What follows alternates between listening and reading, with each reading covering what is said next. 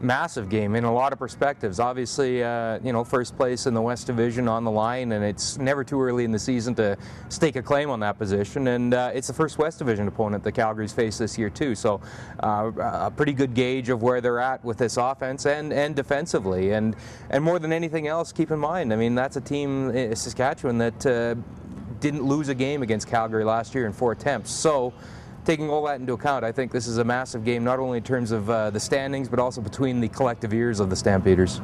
The collective ears of one Henry Burris. It's always a big game with him when it's Saskatchewan, but after 4 picks last week, tomorrow night's going to be even more so. Yeah, absolutely. He has to have a big bounce-back game, clearly. I mean, he struggled in Toronto, and he'll be the first to tell you that. He struggled forcing passes where they shouldn't have been forced. Obviously, he didn't get a lot of help from his receivers, but this is a team that tends to give him problems over the years, and I think from a lot of perspectives, he needs to bounce back impressively.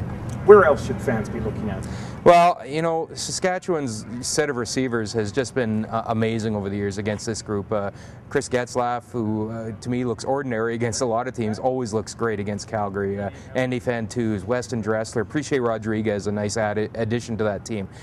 That's a tough set of receivers, arguably the best in the league, and Calgary's secondary absolutely has to step up against them. What's the story with Kenyon Rambledon? It's probably not going to be known until just before game time tomorrow night. He's practiced all week. He's taken reps. He looks comfortable, but, live bullets is another matter entirely, and we'll have to see where he's at. All indications are that he'll get a long look.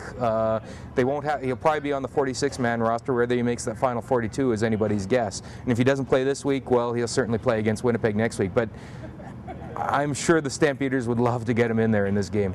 It's been a long break since they played last against Toronto. What have you noticed over that time?